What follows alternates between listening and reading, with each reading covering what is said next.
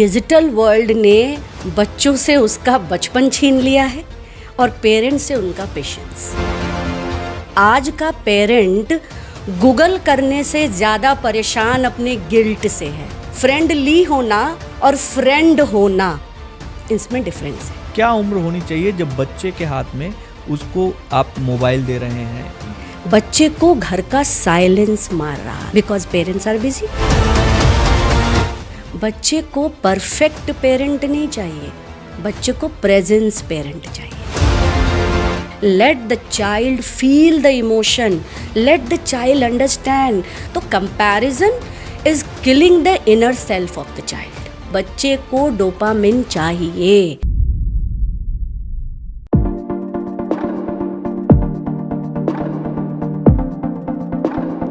वो नन्ही उंगलियां जो थामती हैं, जिंदगी की सबसे बड़ी दौलत वही है। आप मानिए चाहे ना मानिए, किसी भी माँ बाप से पूछेंगे आपके लिए दुनिया की सबसे जरूरतमंद चीज या सबसे कीमती चीज क्या है, हर माँ बाप बोलेगा मेरा बच्चा। अगर आपके लिए वो सबसे कीमती है, अगर आप उसके ऊपर अपनी जान लुटा सकते हैं, तो उसकी पेरेंटिंग में आप क्यों नहीं वो चीज़ें करते हैं जिसको करना सबसे ज़्यादा ज़रूरी है? और क्या ज़रूरी है, क्या ज़रूरी है, ये बताने के लिए आज हमारे साथ बातरस में खास मेहमान हैं। वो पिछले 20 सालों से बच्चों को पढ़ा रही हैं, वो पेरेंटिंग कोच हैं, वो जर्नलिस्ट रही हैं, वो अपना एक ऑरा लेकर चलती हैं और आज वो हमारे खास मेहमान हैं। आपके कई सवालों का जवाब दे सकती हैं। सलोनी, आपका बहुत बहुत स्वागत है। धन्यवाद दिग्विजय आपका। सबसे पहली और सबसे इंपॉर्टेंट चीज कि आज जो है, जो माहौल है, उस माहौल में बच्चों की बात बाद में की जाए, पेरेंट्स बहुत स्ट्रेस्ड में हैं, बहुत स्ट्रेस्ड हैं। उनको लगता है कि अरे मतलब वो एकदम तनाव में चल रहे हैं। एज अ पेरेंटिंग कोच आपको क्या लगता है कि ऐसा क्या बदल गया पेरेंटिंग में कि पिछले ज़माने में लोग, मुझे जहाँ तक याद है, मेरी माँ, मेरे पापा तो बहुत कम उम्र में ही गुजर गए, लेकिन जब तक थे तब तक सब लोग बड़ा चिलैक्स होके काम करते थे। स्कूल जा रहा है, हाँ ठीक है। ये आज मैं या मेरी वाइफ, हम लोग अपने बच्चे के लिए भी क्या आ गया, फ़ोन आ गया, होमवर्क आ गया, क्या नहीं आया, इसको ये करना है, फिर इसकी इस क्लास जानी है, फिर इस क्लास। पेरेंट्स ज़्यादा स्ट्रेस में है। जी बिल्कुल दिग्विजय, आपने ये बात कही है, ये बिल्कुल जेन्युइन बात है। और मैं आपके इस माध्यम से मैं ये कहना चाहूँगी कि आज का पेरेंट गूगल करने से ज़्यादा परेशान अपने गिल्ट से है। Guilt of not giving 100%। अब ये गिल्ट आ कहाँ से रहा है?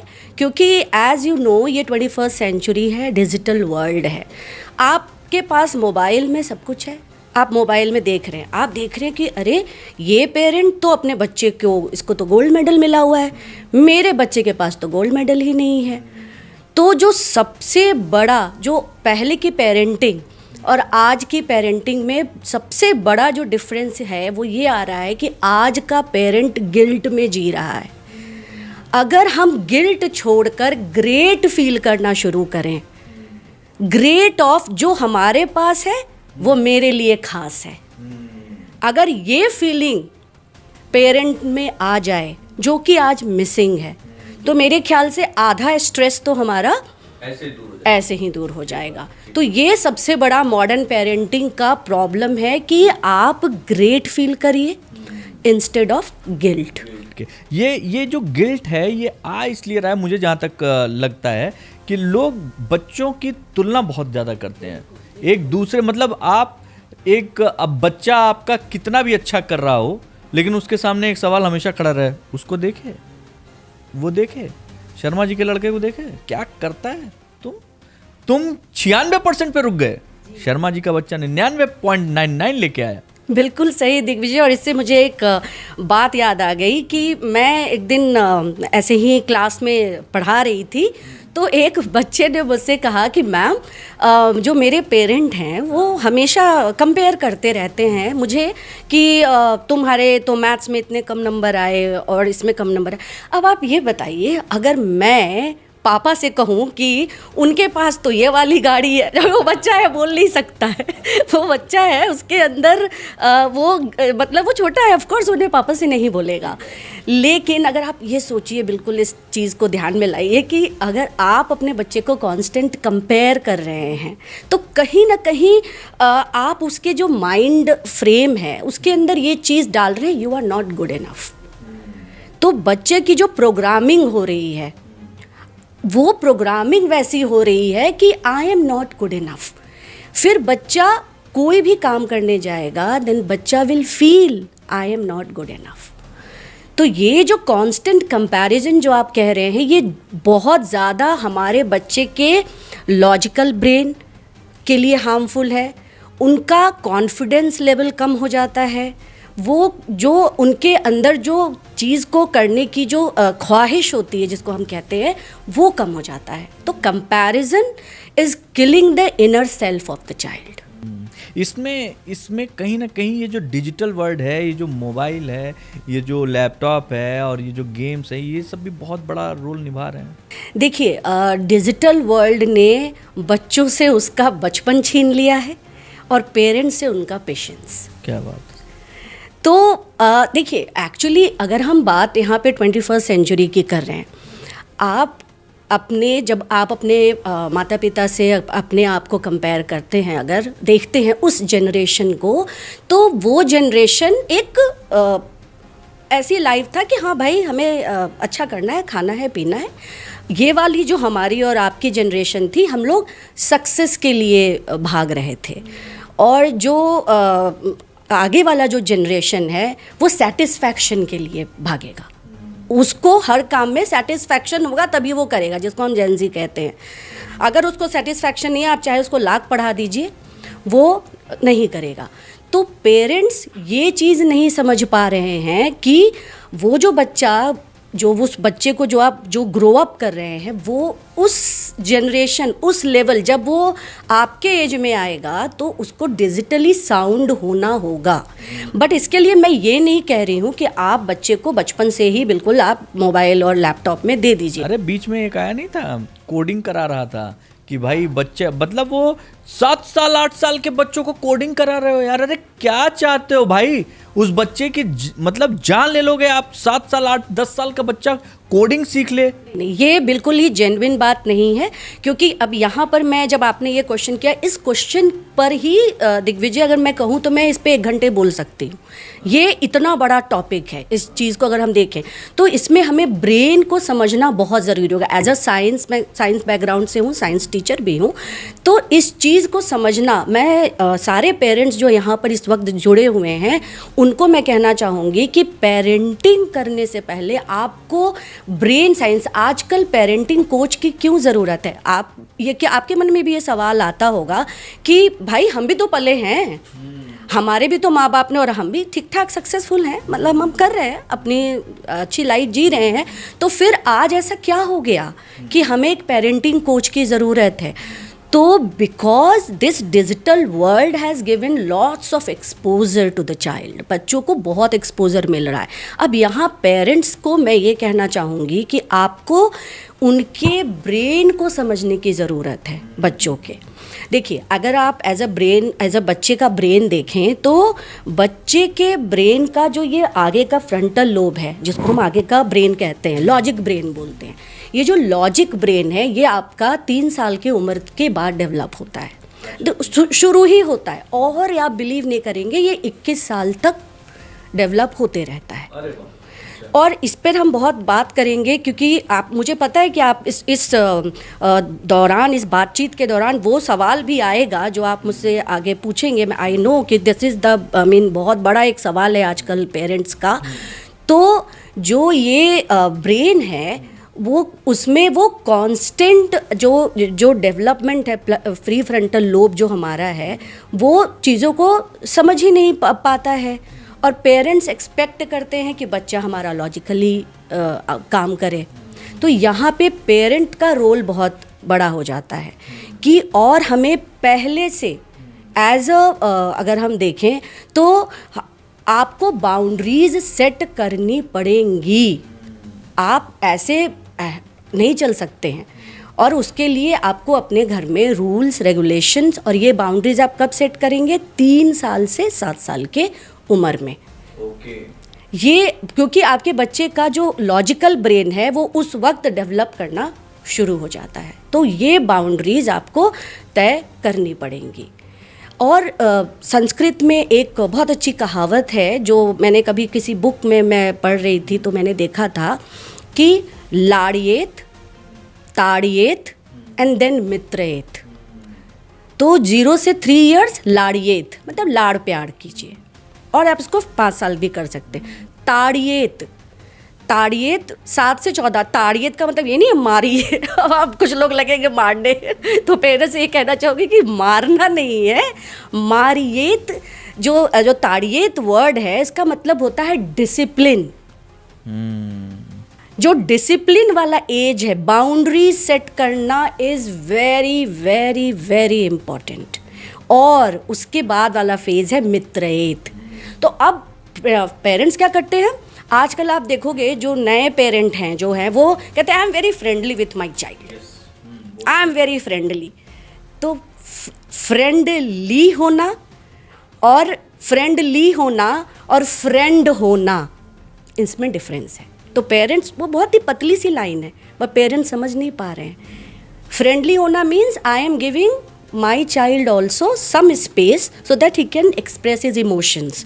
फ्रेंड होना इज डिफरेंट। वो आपके साथ में अपनी चीज़ें जो है क्या शेयर करता है, वो चीज़ें शेयर करता है जो चीज़ वो अपने दोस्त से। अब आप बताइए कि एक फ्रेंड जस्ट मैं स्मोकिंग है या कोई भी ऐसी चीज़ है, आप क्या अपने माता पिता के साथ कर सकते हैं?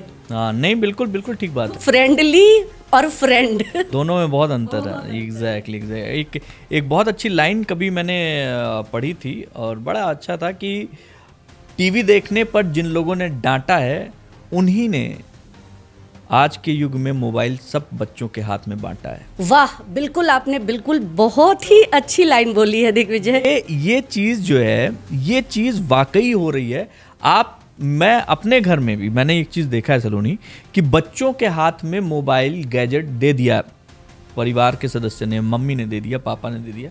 बिजी रहेगा उस दौरान, कम से कम हम बात तो कर पाएंगे, कम से कम हम खाना तो बना पाएंगे, कम से कम हम जो है अपने मन का कर पाएंगे, चलो ठीक है। देख, उम्र क्या होनी चाहिए एज अ पेरेंटिंग कोच, आपके हिसाब से क्या उम्र होनी चाहिए जब बच्चे के हाथ में उसको आप मोबाइल दे रहे हैं या कोई गैजेट थमा रहे हैं? क्या उम्र होनी चाहिए और कितना देर उसके पास में वो चीज़ रहना चाहिए? क्योंकि मैं देखता हूँ कई लोग गैजेट देकर भूल जाते हैं कि उसके पास कोई सामान है और वो अलग कमरे में सो रहा है, अलग जगह पे सो रहा है, उसके पास रात भर गैजेट है। वो कितना हार्मफुल हो सकता है? देखिए, अगर एज अ पेरेंटिंग कोच, ये मेरा अपना ओपिनियन हो सकता है, मैं ये नहीं कहती और या सारे पेरेंट्स को मैं नहीं कह रही कि आप भी यही मानिए, but as a parenting coach अगर आप मुझसे पूछेंगे कि बच्चे की एज क्या होनी चाहिए मोबाइल देने की, तो मेरे ख्याल से 18 साल की उम्र से पहले तो आपको बच्चों को अपना पर्सनल गैजेट नहीं देना है। क्योंकि आप बार बार ये मुझसे कहेंगे कि होमवर्क्स आ रहे हैं मोबाइल पर। पेरेंट्स कहते हैं मुझसे कि मैम आप तो खुद ही होमवर्क भेज रही हैं और आप हमसे कह रही हैं। तो इसके लिए मैं सारे पेरेंट्स को ये कहना चाहूँगी कि school is giving you all the informations कि आपके बच्चे को कितना एग्जैक्ट टाइमिंग इस होमवर्क को ख़त्म करने में लगेगा। तो आपके पास एक स्पेसिफिक एरिया होना चाहिए। उस एरिया पे बच्चा आप यू कैन वॉच, है ना, और बच्चा वहाँ पे गया और वहाँ पे अपना होमवर्क कंप्लीट किया एंड देन प्रॉब्लम क्या हो रही है पेरेंट्स को? प्रॉब्लम इस बात से नहीं है कि डिजिटलाइजेशन हो रहा है, या प्रॉब्लम ये है कि बच्चा डिजिटल से फिर यूट्यूब या इंस्टा या बाकी चीज़ों में इन्वॉल्व हो रहा है। ये आप भी देखते होंगे। तो यहाँ पे माइंड शिफ्ट कैसे करना है ना, सबसे बड़ी प्रॉब्लम यही आ रही है पेरेंट्स को कि मैम चलिए ऑनलाइन क्लासेस हो रहे हैं ड्यू टू एयर क्वालिटी या कुछ भी हो रहा है। आजकल बहुत ही ईजिली स्कूल भी कह रहे हैं कि ऑनलाइन क्लासेस हैं। अब ऑनलाइन में बच्चा बैठा है और बच्चा अगले विंडो में क्या चला रहा है, ये पेरेंट्स के लिए बहुत बड़ा प्रॉब्लम हो जाता है। तो उसके लिए मैं ये कहूँगी एक डेजिग्नेटेड स्पेस हो जहाँ से visually you can watch your child. There should be a boundary and how to overcome that. आप उस सिचुएशन से अपने बच्चे को वापस कैसे लाते हैं? तो आप लाएंगे कैसे? You will sit and then आप अपने बच्चे से बहुत ही प्यार से कहेंगे कि देखो बेटा, अब तो तुमने सीखा, अब ये समय है कि अब तुम मुझे सिखाओ कि तुमने सीखा क्या। तो बच्चे का माइंड, अब आप अथॉरिटेटिव होके कहेंगे कि अच्छा चलो हो गया, बंद करो, तो आप बच्चे के ब्रेन को समझिए। देखिए, आप भी देखते हैं, मैं भी बड़ी हूँ, आप भी बड़े हैं, और हम कभी कभी अगर रील या कुछ देखना शुरू करते हैं तो हम एक पर एक देखते चले जाते हैं ना, हमें टाइम का पता नहीं चलता है। हम क्यों करते हैं? क्योंकि ब्रेन को एक हार्मोन मिल रहा है, that hormone is dopamine. Dopamine is your happy hormone. और बच्चा क्या? हैप्पी चाहता है। बच्चे को घर का साइलेंस मार रहा है, because parents are busy, they are busy in their life, they are busy in their work. ठीक है, तो बच्चा वहाँ, पेरेंट्स उसको वो हैप्पीनेस दे नहीं पा रहे। अब हैप्पीनेस उसको मिल कहाँ से रहा है? मोबाइल से, अदर चीज़ों से, अपने दोस्तों से। तो डोपामिन उसको चाहिए। तो ये चीज़ जो आप बता रही हैं सलोनी, इसमें एक चीज़ ये है कि इसको आप सही तरीके से रोक कैसे सकते हैं, कैसे इस पे स्टॉप कर सकते हैं? देखिए, हमने कई ऐसे वीडियोस देखे हैं जहाँ पर बच्चे मोबाइल की वजह से डॉक्टर के पास जा रहे हैं, रात ऐसे ऐसे कर रहे हैं, वो पागलों वाली हरकतें कर रहे हैं। ठीक है, वो चीज़ें कैसे आप उस पर रोक कैसे लगा सकते हैं और किस जगह पे रोक लगा सकते हैं? देखिए, एक्चुअली ये इसलिए हो रहा है कि आप देखते हैं कि जब हम ये मोबाइल में जब हम रील्स देख रहे हैं तो ओवर स्टिमुलेशन है। आजकल हम जो हमारे कार्टून शोज़ हैं, कई सारे कार्टून शोज़ भी हैं जो हम बच्चों के लिए प्रोहिबिटेड हैं, बिकॉज उसमें बहुत ओवर स्टिमुलेशन है। तो overstimulation is overstimulating your mind, child's brain. तो वहाँ का जो, क्योंकि हर कुछ सेकंड पे आप देखते हैं कि वो स्क्रीन में चेंजेस आ रहे हैं, तो बच्चा ओवर स्टिमुलेटेड हो रहा है। नाउ अब आप ये बच्चे को इस चीज़ से रोक कैसे सकते हैं? तो मैं सारे पेरेंट्स को ये कहना चाहूँगी कि आप बच्चे के साथ कनेक्शन बनाइए। There is 9 minute rule which every parent should know. तो ये 9 मिनट रूल क्या है?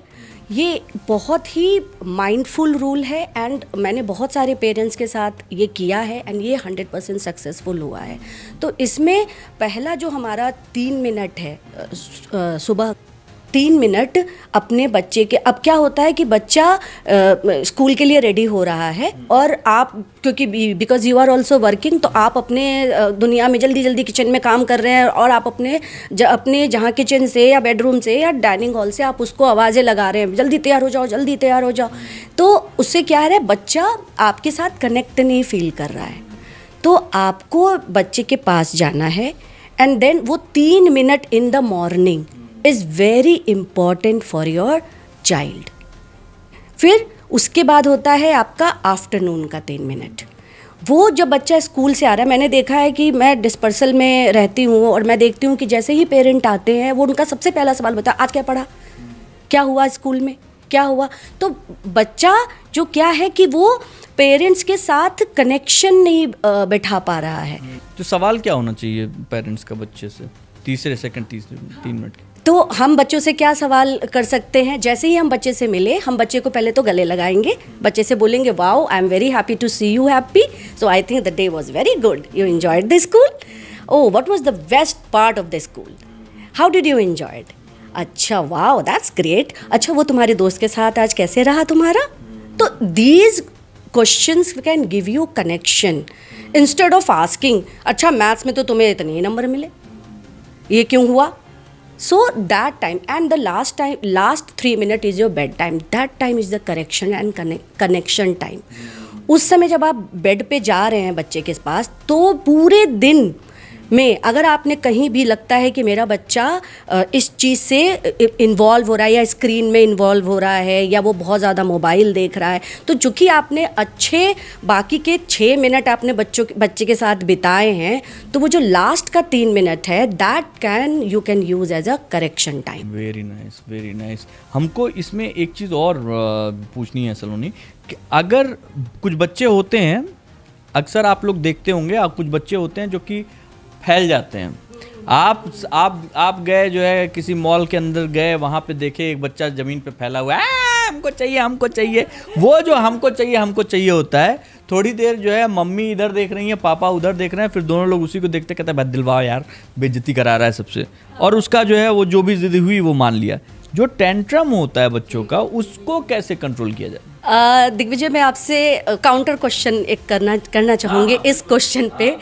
आप लैपटॉप पे बैठे हैं, आप कुछ काम कर रहे हैं, और आपकी बिटिया, आपकी बेटी आराम से खिलौनों उलौनों से खेल रही है, ठीक है, और उसके बाद थोड़ी देर बाद वो रोने लगी, तो किस सिचुएशन में आप उठकर आए? वो खेल रही थी या जब वो रो रही थी? तो प्रोग्रामिंग किसने फिट किया बच्चे के माइंड में? जब तक तुम रोगे नहीं तब तक मैं तुमको वो दूंगा नहीं।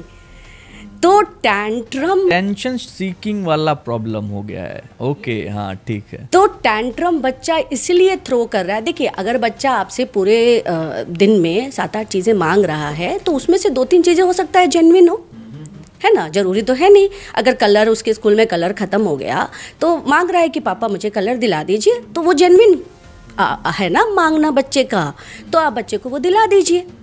लेकिन पेरेंट्स क्या है कि नहीं, अभी तो तुम्हें कल दिलाया था, अभी क्यों दिलाऊं?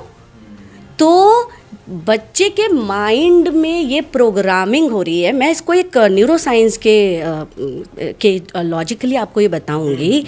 Nerves which are fire together are wire together, means बच्चे के ब्रेन में एक सिग्नल जा रहा है, till the time I am not going to show the tantrum my parents are not going to come at मी।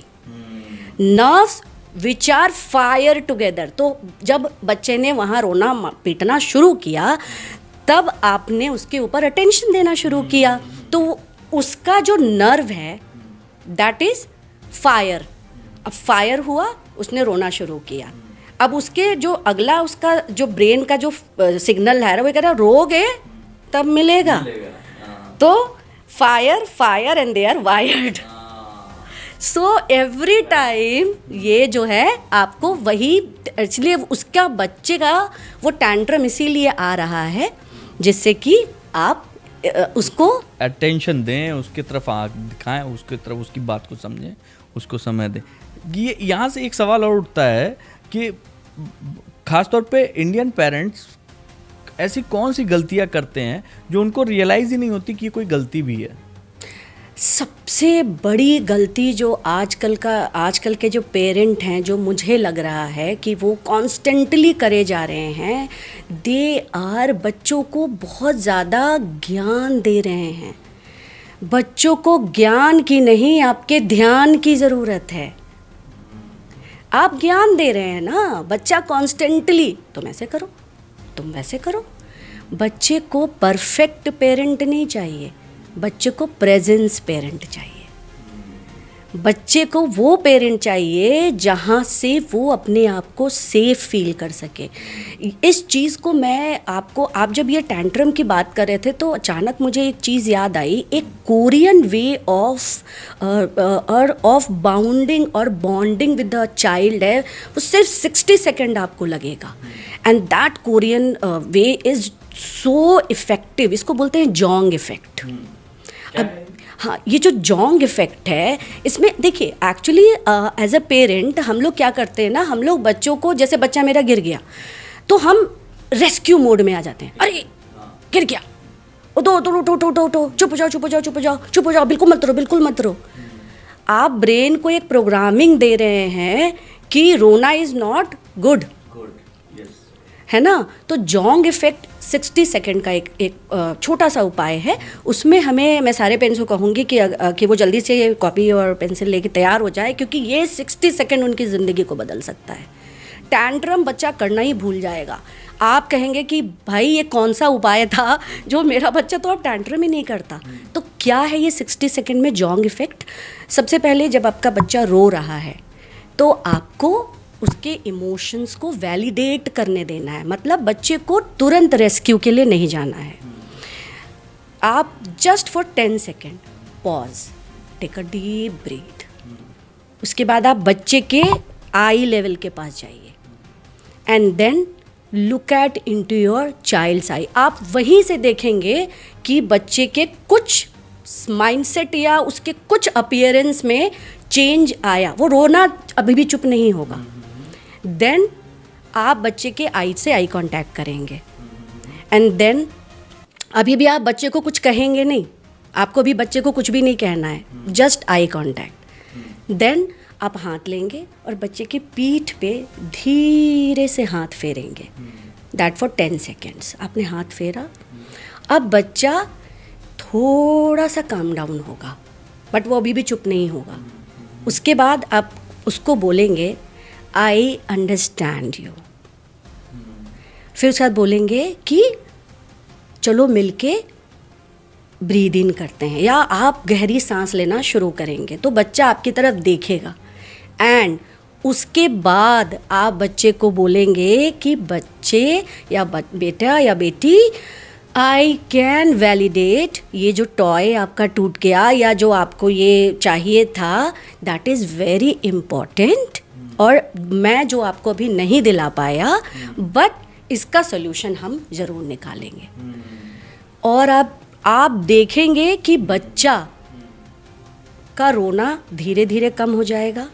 और ये बहुत ही मैजिकल उपाय है, लेकिन कई सारे पेरेंट्स का मेरे पास एक क्वेरी आया था इस उपाय को लेके कि मैम हमने तो किया तो कुछ फ़ायदा तो हुआ नहीं। देखिए, आपके ब्रेन को प्रोग्रामिंग होने में, आप कोई भी दवा खाते तो दवा खाते के अगले दिन फ़ायदा हो जाता है। हर मेडिसिन अपना एक टाइम फ्रेम लेती है, तो किसी भी आदत को डालने के लिए आपको मैं कहती हूँ आप इसको 1 to 2 मंथ्स अगर आप करते हैं तो आप ये देखेंगे कि धीरे धीरे धीरे बच्चा को जब भी प्रॉब्लम होगा बच्चा will come to you, because बच्चा के माइंड में एक प्रोग्रामिंग हो गई है कि this is my safe place. Yes, और प्रोग्रामिंग होने में समय लगेगा, प्रोग्रामिंग एक दिन में नहीं होगी। तो बच्चे को ये पता चल जाएगा कि ये मेरा सेफ प्लेस है और यहाँ पर जब मैं आऊँगा तो मेरे प्रॉब्लम का सल्यूशन तो मुझे मिल जाएगा। और फिर बच्चा अगर कोई भी प्रॉब्लम हो रही है तो बच्चा सीधे आपके पास आएगा, रोता हुआ ही आएगा, आप ही के पास, लेकिन आप ही के पास आएगा। बहुत बढ़िया, बहुत ही अच्छी बात बताई आपने। इसमें एक चीज़ और जोड़ी है सलोनी, मैं बच्चों के टेंट्रम की बात हो गई, पेरेंट्स की बात हो गई, हम बच्चों की पढ़ाई की बात करते हैं। बच्चे जो है ना, कई बार देखने में आता है उनका इंटरेस्ट पढ़ने से कम हो जाता है कि वो पढ़ाई छोड़ के बाकी सब करना चाहेंगे, ऐसा क्यों होता है? देखिए, इसको समझने के लिए हमें एक और साइंटिफिकली एक चीज़ को समझना होगा कि कई बार ऐसा होता है कि मैंने एक बुक पढ़ी थी जो कि थी केन ब्लैंकार्ड की बुक, उसमें थी वो वेल डन। तो उसमें 36 किलो का आदमी ने 12 टन के वेल को कंट्रोल में कर लिया था, 12 टन के वेल को। और वो तब जब उसका पहले दिन तो वेल के साथ कोई कनेक्शन नहीं था। तो वो किया कैसे उसने? Because of constant appreciation. Her lazy mind के पीछे एक एंग्शियस माइंड है। बच्चा क्यों भाग रहा है पढ़ाई से? बच्चा इसीलिए भाग रहा है क्योंकि आप कांस्टेंट उसको क्रिटिसाइज कर रहे हैं। भाई तेरी इंग्लिश खराब है, भाई तेरे क्या कर दिए मैथ्स में, ऐसे होता है, 2+2 क्या लिख दिया तुमने। बच्चे के माइंड में एक फियर सिचुएशन है, एंजाइटी। पढ़ाई शुरू होते एंजाइटी आ जाती है बच्चे के अंदर। इसको बहुत ही अच्छे तरीके, जब मैंने देखिए कोई भी, जब मैंने ये बुक पढ़ी ना तो मुझे एक बहुत एक ह्यूमन साइकोलॉजी को समझने का एक बहुत ही मौका मिला कि अगर कोई भी व्यक्ति एक काम कर रहा है तो वो ये काम कर क्यों रहा है, why that person is behaving like this. तो अगर मान लीजिए कि उस बंदे ने एक वेल को ट्रेंड कर दिया, क्योंकि वो उससे पैसा कमाते थे, वेल शो दिखाता था और उससे पैसा कमाते थे। उन्होंने कैसे किया? कांस्टेंट एप्रिशिएशन से। तो मैं यहाँ सारे पेरेंट्स को कहना चाहूँगी कि बच्चा पढ़ाई से क्यों भाग रहा है। बच्चे के माइंड में जब भी पढ़ाई की बात आती है, फिर वही बात आ जाएगी ना, nerves which are fire together are wire together. आपने बच्चे को फायर ही इसलिए दिया है, आपने उनके माइंड में ये डाल दिया है कि जब भी पढ़ाई की बात होगी तो पिटाई की बात होगी। तो बच्चा भाग रहा है पढ़ाई से। तो बच्चे को देखिए, कई बार ऐसा होता है कि मेरी बेटी है या उसने मैथ्स में अच्छा नहीं किया, तो हम क्या करते हैं ना, इंस्टेंट रिएक्शन शो करते हैं, इंस्टेंट कि अरे ये क्या है। तो इंस्टेंट रिएक्शन की जगह मैं सारे पेरेंट्स को कहना चाहूँगी कि डिलेड रिएक्शन कीजिए। बैठ जाइए, deep breath, okay I am fine, I am fine, then you give your child कि I know you can do better, तुम इससे बहुत अच्छा कर सकते हो, आई हैव ट्रस्ट। तो ट्रस्ट वाली जब फीलिंग आएगी ना बच्चे को, उसको सेफ प्लेस बनाइए घर को।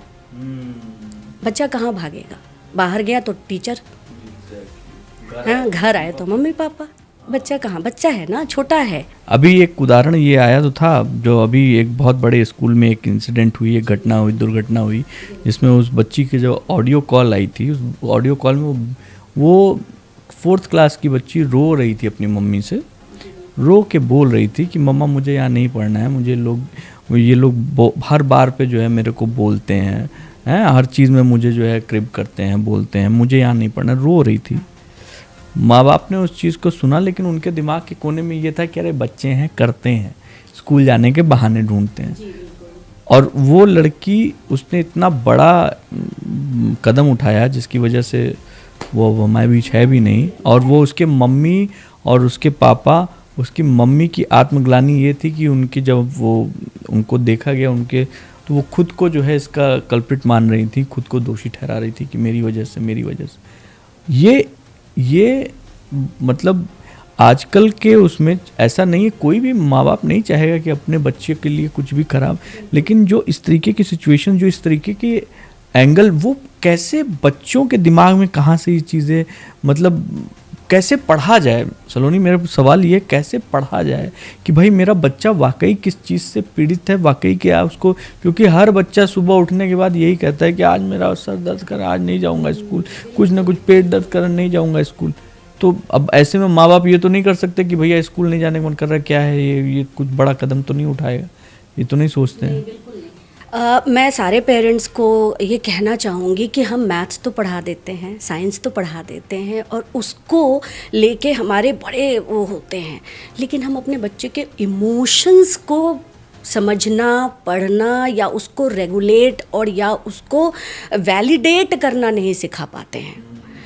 तो इसके लिए हर पेरेंट को, चाहे जब वो आपका बच्चा छोटा है, बहुत छोटे से, उसको उसके हर इमोशंस को वैलिडेट कीजिए, बच्चे के सेफ प्लेस बनिए।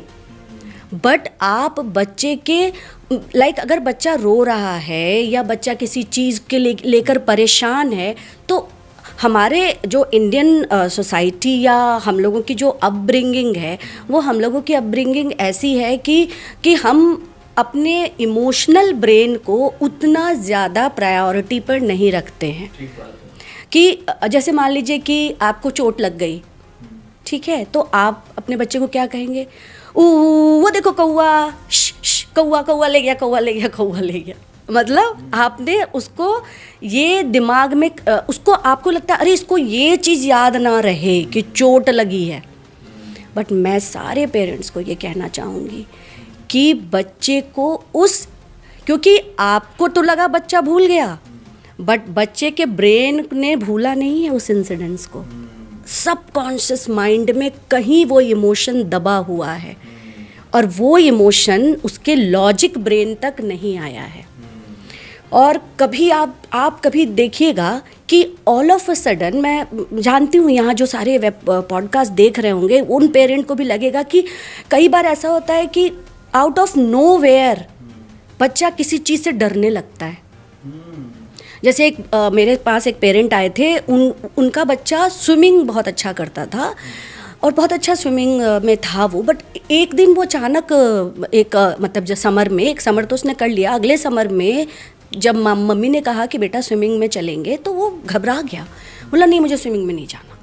मैं नहीं जाऊँगा मैं। और वो शी वॉज लाइक कि क्या हो रहा है मतलब तुम तो इतना अच्छा। अब उसमें क्या होता है ना, हम रेस्क्यू के लिए आने लगते हैं, क्यों नहीं जाओगे, चलो जाओ, ये करो। तो हम उसके इमोशनल पॉइंट ऑफ व्यू को नेग्लेक्ट कर देते हैं।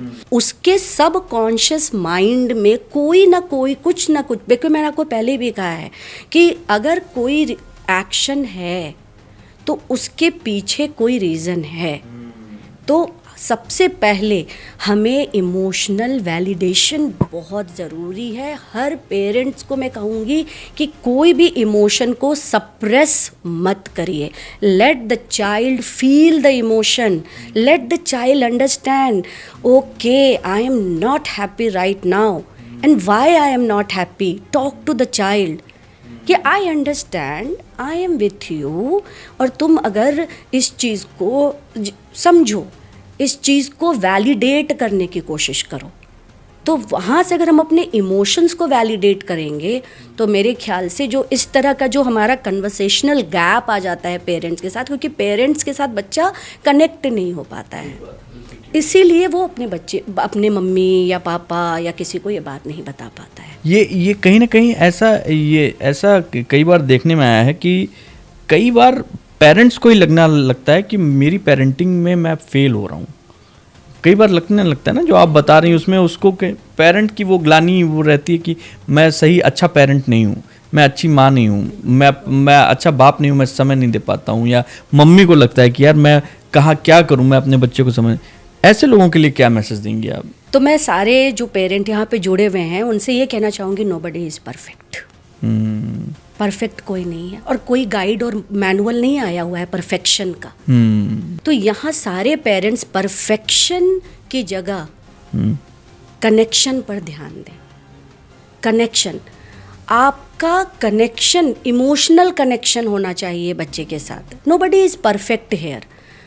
तो पर हम क्या कर रहे हैं ना, हम हर चीज़ में परफेक्ट होने की कोशिश कर रहे हैं, और उस परफेक्शन के चक्कर में जो रियल कनेक्शन है हमारे बच्चों से, देखिए चाहे कितना भी डिजिटल वर्ल्ड हो जाए, कितना भी हम एडवांस हो जाएं, कुछ भी हम कर लें, जो हमारी जो ह्यूमन इंस्टिंक्ट है वो क्या चाहती है?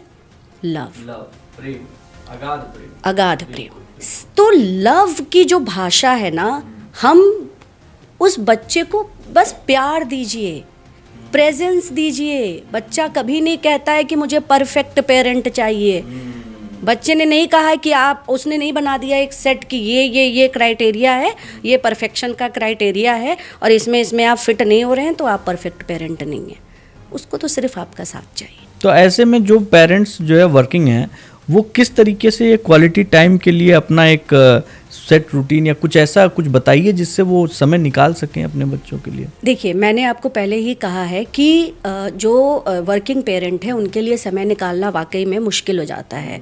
तो एक तो जो आपका डिनर का टाइम है, तो डिनर के टाइम को बच्चा हमेशा ऑक्सीटोसिन और डोपामिन, ये 2 हार्मोन हैं जो बच्चे को चाहिए होता है, और यह हर किसी ह्यूमन को चाहिए होता है।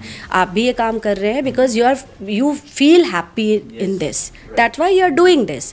ठीक है, तो मैं सारे जो वर्किंग पेरेंट हैं उनको ये कहना चाहूँगी कि अगर आप लेट नाइट आते हैं या कुछ, मतलब कोशिश ये कीजिए कि आप एक मील बच्चे के साथ खाइए, and that should be your family time, no gadget time. Gadgets को बिल्कुल दूर रखिए। बच्चा बहुत ऑब्जर्वेंट होते हैं उनके, क्योंकि मिरर न्यूरॉन्स बहुत एक्टिव होते हैं। तो आप देखेंगे कि कई चीज़ें जो आप कर रहे हैं, आपकी डॉटर वो खुद ब खुद उसके अंदर इम्बाइब हो रही हैं। क्योंकि बच्चे का मिरर न्यूरॉन एक्टिव है। बच्चा जो देखता है वो कॉपी करता है। तो बच्चा देख रहा है, सबसे बड़ा प्रॉब्लम यही आ रहा है कि अगर बच्चा देख रहा है कि डाइनिंग टेबल पे पापा फैमिली टाइम की जगह स्क्रीन टाइम को इम्पोर्टेंस दे रहे हैं, तो उसको भी मैसेज वही जा रहा है कि screen time is more important than connection time. तो सारे वर्किंग पेरेंट के पास, वर्किंग जो है वो उनको सिर्फ डिनर के टाइम में 15-20 मिनट निकालना है, and that time if you are giving with your child, बच्चे को एक डोपामिन का डोज वहाँ से मिल रहा है, तो वो आपके साथ कनेक्शन भी होगा, और आपको कनेक्शन जब होगा तो आप उसको प्यार से करेक्शन भी कर पाएंगे। बहुत बढ़िया बात है, कनेक्शन होगा तो करेक्शन कर पाएंगे।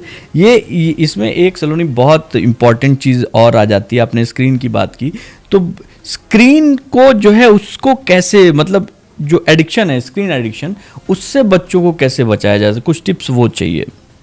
जैसे मैं आपको पहले भी कहती हूँ कि कह चुकी हूँ कि स्क्रीन से हम बच्चों को कैसे बचा सकते हैं। तो इसके लिए मैं सारे मम्मी पापा को ये कहना चाहूँगी कि जो बच्चा है हमारा, उसके लिए देखिए आजकल क्या है कि हम ऐसे सेटअप में रहते हैं जिसमें कि हम हमारी जो फैमिली है वो न्यूक्लियर सेटअप है, या हम हस्बैंड वाइफ बच्चे हैं, तो बच्चे को ना वो एक इमोशनल सिक्योरिटी इन्वायरमेंट नहीं मिलता है, तो इससे बच्चा भाग रहा है बाहर की तरफ। तो मैं सारे पेरेंट्स को कहना चाहूँगी कि वो 2-3 लोग कोई ऐसे हों जिनके साथ आपका बच्चा सेफ, आपकी सोसाइटी में भी हो सकते हैं, या आपके फैमिली फ्रेंड हो सकते हैं, या कोई भी ऐसे फ्रेंड हो सकते हैं जिससे कि आप उनके साथ आपका एक बहुत अच्छी बॉन्डिंग हो, आपका बच्चा उनका बच्चा, और एक साथ समय बिताए, कभी वो आपके घर आ जाए, कभी आप उनके घर चले। कुछ एक ऐसी फैमिली होनी चाहिए जहाँ वो बच्चा अगर नीचे खेलने जा रहा है तो यू हैव अ फीलिंग कि माई चाइल्ड इज़ सेफ। वो उनके घर चले गए, वहाँ उसने चलो फ़ोन आ गया कि भाई जो है ये मेरे घर खाना खा लिया राजू ने, तुम चिंता मत करो। तो और इससे क्या होगा कि बच्चे को एक कंपनी मिलेगी जिससे कि बच्चा स्क्रीन से दूर होगा। क्योंकि मैं बार बार यही कह रही हूँ कि बच्चे को डोपामिन चाहिए। अगर आप उसको डोपामिन नहीं देंगे तो बच्चा स्क्रीन की तरफ भागेगा, बच्चा ऐसी जगह जाएगा जहाँ से उसको डोपामिन का डोज मिल रहा है।